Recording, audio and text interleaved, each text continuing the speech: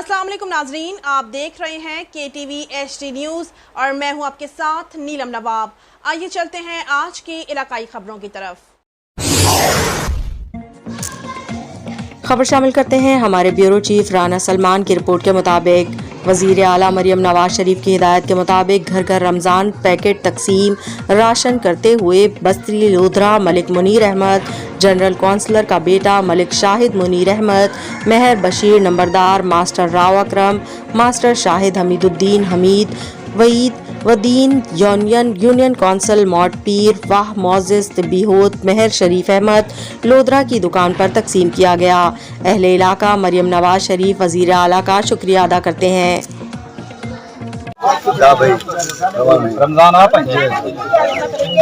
चार चला के ना वाल चेक